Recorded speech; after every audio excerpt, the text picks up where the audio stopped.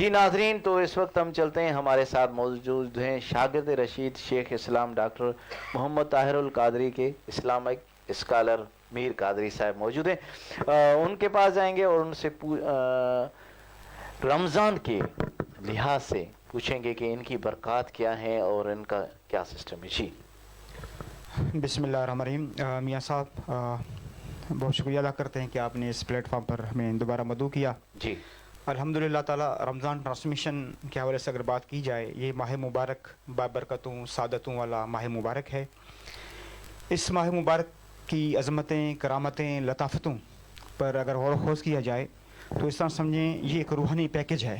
جی اللہ رب العزت نے اس ماہ رمضان المبارک کے تینوں اشروں کو، جو تین اشروں پر جو مبنی ہے، جی ایک تو عشرہ رحمت کہلاتا ہے، دوسرا عشرہ مغفرت کہلاتا ہے، اور جو تیسرا عشرہ ہے وہ عشرہ دوزخ سے یعنی چھٹکارا یعنی نجات کا عشرہ کہلاتا ہے۔ جی اگر قرآن مجید میں ہم جب غور و خوض کرتے ہیں، اللہ رب العزت نے سورہ بقرہ کی آیت نمبر 183 میں ارشاد فرمایا، یا ایھا الذین آمنوا کتب علیکم الصیام کما کتب علی الذین من قبلکم لعلکم تتقون۔ جی اے ایمان والو، تم پر روزے فرض کر دیے گئے ہیں جیسا کہ تم سے پہلی امتوں پر فرض کر دیے گئے، تاکہ تم پرہیزگار بن جاؤ۔ میاں صاحب اس آیت پر اگر غور و خوض کیا جائے، یہ آیات جو ہے تین حصوں پر مشتمل ہے، تین حصوں پر۔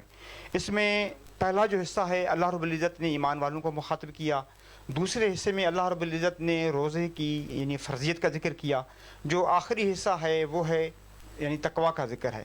اللہ رب العزت نے ارشاد فرمایا لعلکم تتقون، تاکہ تم متقی بن جاؤ، پرہیزگار بن جاؤ۔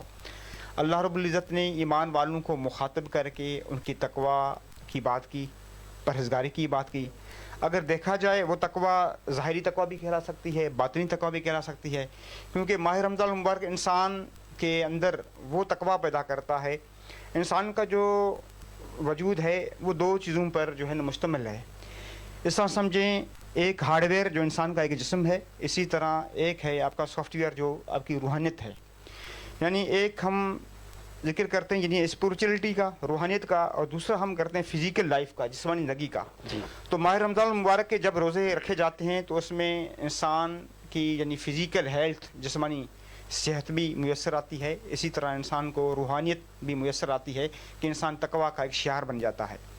اللہ رب العزت نے انسان کے اندر باطن میں بہت سارے اپلیکیشنز رکھی ہیں۔ شرط یہ ہے کہ وہ اپلیکیشن انسٹال کیسے ہوں، ان کی انسٹالیشن کیسے ہو، وہ ظاہری بات تقویٰ سے آتی ہے۔ اگر انسان کے پاس تقویٰ نہ آئے تو انسان اپنے وجود میں غور و خوض نہیں کر سکتا، اپنے من میں کھوج نہیں لگا سکتا۔ وہی بندہ اپنی اپلیکیشنز کو انسٹال کر سکتا ہے جو تقویٰ کا پیکر ہوتا ہے۔ اللہ رب العزت نے ماہ رمضان مبارک کے حوالے سے روحانی پیکج کے طور پر بہت سارے پیکج رکھ دیے، یعنی اس ماہ مبارک میں بنسبت دوسرے ماہ یعنی مہینوں کے بندہ کثرت کے ساتھ تلاوت قرآن پاک کرتا ہے، آقا صلی اللہ علیہ وسلم پر درود و سلام پڑھتا ہے، عبادتیں ریاضتیں کرتا ہے، نفلی عبادتیں کرتا ہے، روزے رکھتا ہے اور قیام اللیل کرتا ہے۔ تو اس طرح سمجھیں وہ بندہ روحانیت کے حوالے سے بھی اس طرح سمجھیں اعلیٰ منزل پر فائز ہوتا جاتا ہے۔ اور اس کے علاوہ اگر ایک بات میں اور مزید کرنا چاہوں، انسان کی جو شخصیت میں جو نکھار آتا ہے وہ تقویٰ سے آتا ہے۔ اللہ رب العزت نے ایمان والوں کو مخاطب کر کے فرمایا کہ ایمان والو، اگر تم اللہ کے حبیب کریم صلی اللہ علیہ وسلم پر ایمان رکھ کر خاموش نہ بیٹھو، تمہارے ایمان کو تقویٰ کی ضرورت ہے، مزید تقویٰ تمہارے اندر آئے تاکہ تم حقیقی معنوں میں میرے دوست بن سکو، میرے ولی بن سکو۔ کیونکہ اللہ رب العزت نے قرآن مجید میں جب اپنے کسی دوست کا، ولی کا جب تعارف کروایا، فرمایا ان اولیاءہ الا المتقون، میرا ولی وہ ہے جو متقی ہے، جو پرہیزگار ہے۔ تو ظاہری بات ہے اللہ فرماتا لعلکم تتقون، تاکہ تم متقی بن جاؤ۔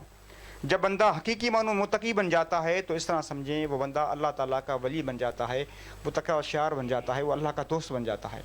ماہ رمضان المبارک کے اس پورے ماہ مبارک میں بندہ خود کو مشقتوں میں ڈالتا ہے، اپنے نفس کی پاکیزگی اختیار کرتا ہے، پرفیکشن کرتا ہے۔ تو اس طرح سمجھیں وہ بندہ حقیقی معنوں میں ایک مخلص، سچا، ایک سنسیئر اور سنجیدہ بندہ رہتا ہے، جس کی شخصیت جو ہے وہ ڈیولپ ہوتی رہتی ہے۔ آپ دیکھیں ماہ رمضان المبارک روحانی پیکج بھی ہے اور فزیکل ہیلتھ بھی اسے ہے، لیکن بدقسمتی ہے کہ ہم 11 ماہ میں جو ہے ان نعمتوں سے محروم ہوتے ہیں.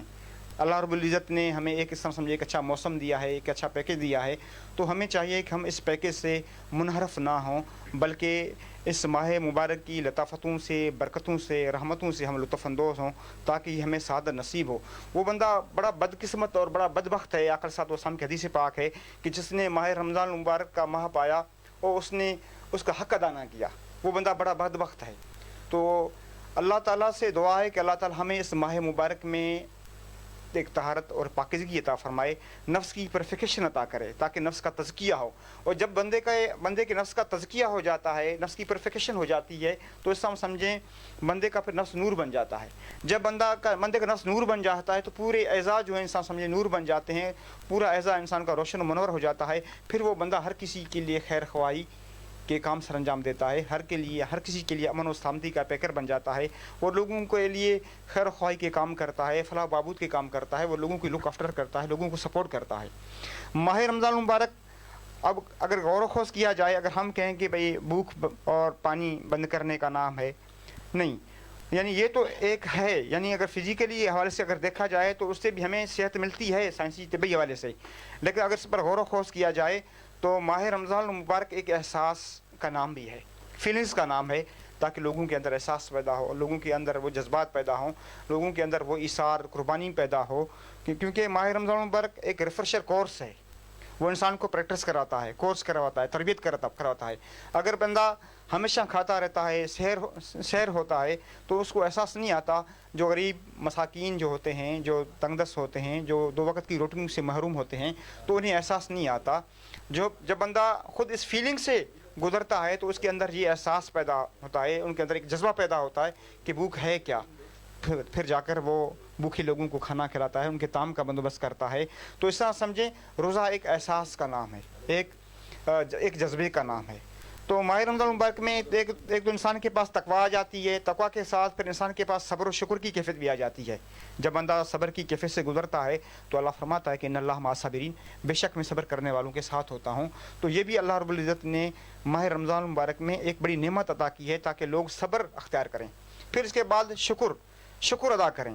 جب بندہ اللہ کی بارگاہ میں شکر ادا کرتا ہے, سربا سجود ہوتا ہے, تو اس طرح سمجھیں اللہ تعالیٰ اس بندے کو مزید عطا کرتا ہے. یہ قرآن مجید کی نص سے یہ ثابت ہے. اللہ رب العزت نے ارشاد فرمایا لئن شکرتم لازیدنکم, تم میرا شکر ادا کیا کرو میں تمہیں مزید عطا کروں گا. جو بندہ اللہ کا شکر ادا کرتا ہے اللہ انہیں مزید عطا کرتا ہے. تو ماہ رمضان المبارک صبر کا بھی نام ہے, شکر کا بھی نام ہے, تربیت کا بھی نام ہے, اور تقویٰ کا بھی نام ہے. اس طرح سمجھیں ایک ریفریشر کورس ہے, ایک ٹریننگ ہے, تاکہ بندے کی ہیبٹ بن جائے, اور آگے والے جو ماہ مبارک آ رہے ہیں, جو 11 مہینے آ رہے ہیں, اس عملی لائف میں, پریکٹیکل لائف میں بندہ خود کو اسپریچل یعنی روحانیت کے طور پر بھی بندہ خود کو اپ گریڈ کرے, تاکہ اس کی روحانیت جو ہے وہ مینٹین رہے, سسٹین رہے. پھر اسی طرح جب یہ آج سائنس یہ کہتی ہے کہ جو بندہ یعنی 1 منتھ اگر بھوکا رہتا ہے, بھوک برداشت کرتا ہے, خود کو مشقت میں ڈالتا ہے, تو اس طرح سمجھیں وہ فزیکلی حوالے سے, سائنٹیفک ریسرچ کے حوالے سے وہ اس طرح سمجھیں بندہ صحت مند رہتا ہے.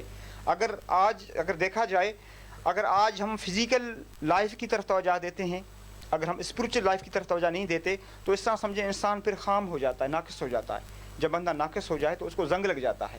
ناقص چیزوں کو زنگ جلدی لگ جاتا ہے. جس کے پاس اصلیت ہوتی ہے, ریئلٹی ہوتی ہے, ان کو زنگ نہیں لگتا. تو اللہ تعالیٰ ایمان والوں کو مخاطب کر کے تقویٰ کی بات فرما رہا ہے کہ بندے تاکہ تم تقویٰ اختیار کرو, تاکہ تم متقی بن جاؤ, پرہیزگار بن جاؤ. جب بندہ تقویٰ شعار ہو جاتا ہے تو اس طرح سمجھیں حقیقی معنوں میں اصلیت کا پیکر ہو جاتا ہے. پھر جو اصلیت کا پیکر ہو جاتا ہے اس کی پھر شخصیت ڈیولپ ہو جاتی ہے. جو شخصیت بن جاتی ہے پھر اس طرح سمجھیں اس کو زنگ نہیں لگتا, وہ زنگ آلود نہیں ہوتا. زمانے میں بہت سارے آپ دیکھیں فتنے بپا ہوتے ہیں. یہ دور فتن کا دور ہے.